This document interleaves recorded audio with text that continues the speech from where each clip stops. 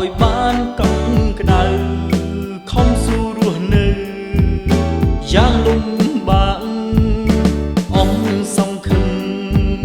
ក្នុងជីវិតតើអ្នកណា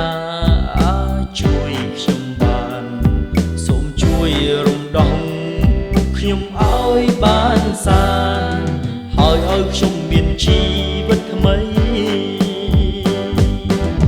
គឺមានតែអង្គព្រះគ្រីស្ទទ្រង់ផ្លាស់ឲ្យខ្ញុំមានក្តីសង្ឃឹម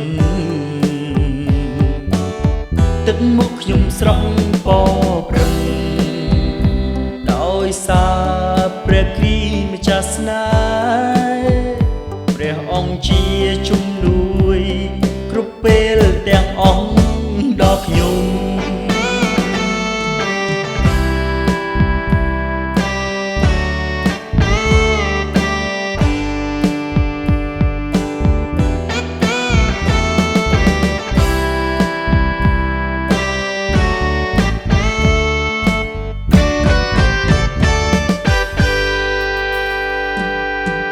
អង្គសង្ឃឹម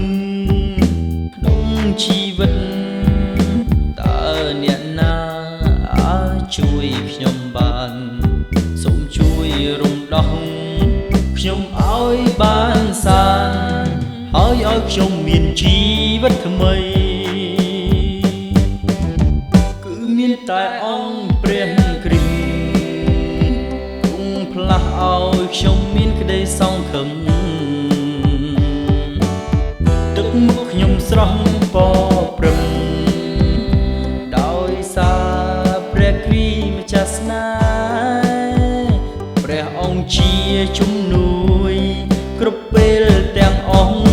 ដល់ខ្ញុំគឺមានតែអង្គព្រះគ្រីស្ទទ្រង់ផ្លាស់ឲ្យខ្ញុំមានក្តីសង្ឃឹមទឹកមុខខ្ញុំស្រស់ពប្រឹង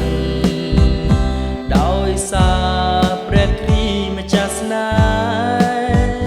ព្រះអង្គជាជំនួយគ្រប់ពេលទាំងអង្គដល់ខ្ញុំគឺមានតែអង្គព្រះគ្រីស្